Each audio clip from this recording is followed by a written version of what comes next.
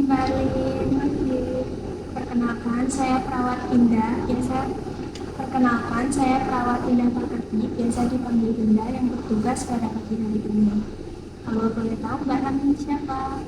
Arlin. Biasa dipanggil Arlin. Iya, Mbak Arlin ya. Baik Mbak Arlin, tadi pagi saya mendapat laporan katanya Mbak marah-marah ya. Kalau boleh tahu kenapa? dia dia naksir gebetan saya.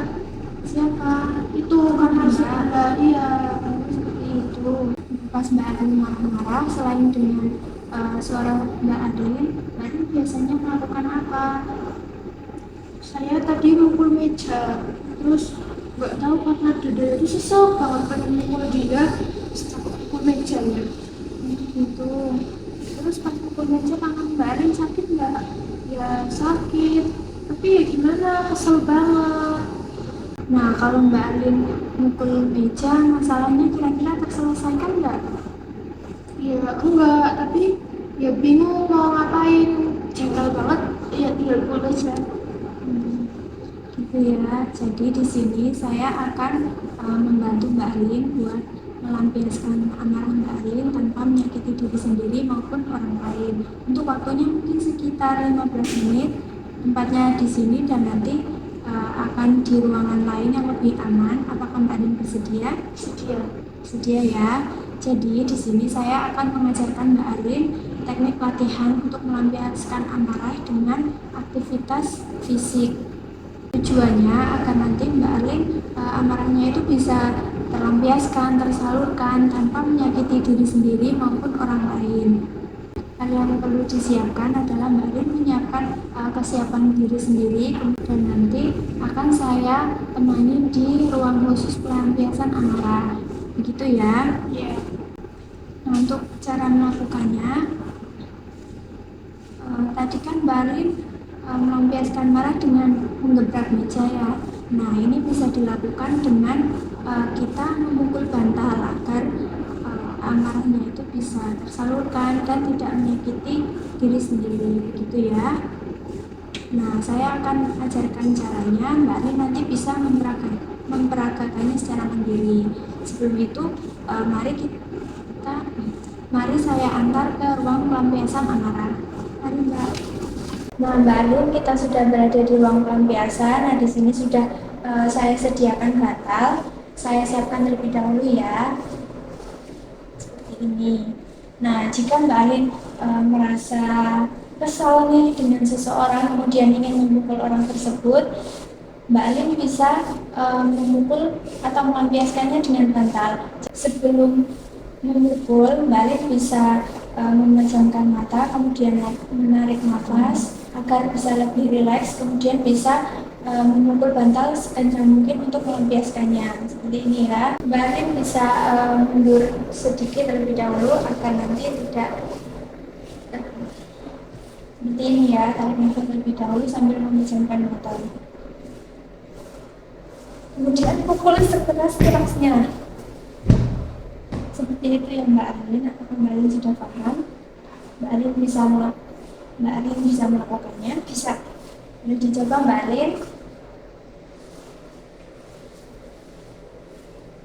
Tarik nafas.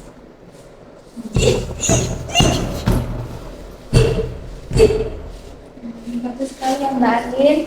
Boleh juga saat memukul Mbak Alin bisa teriak sekencang mungkin agar amarahnya bisa keluar semuanya dan tersalurkan, begitu ya. Apakah Mbak Alin mau mengulanginya?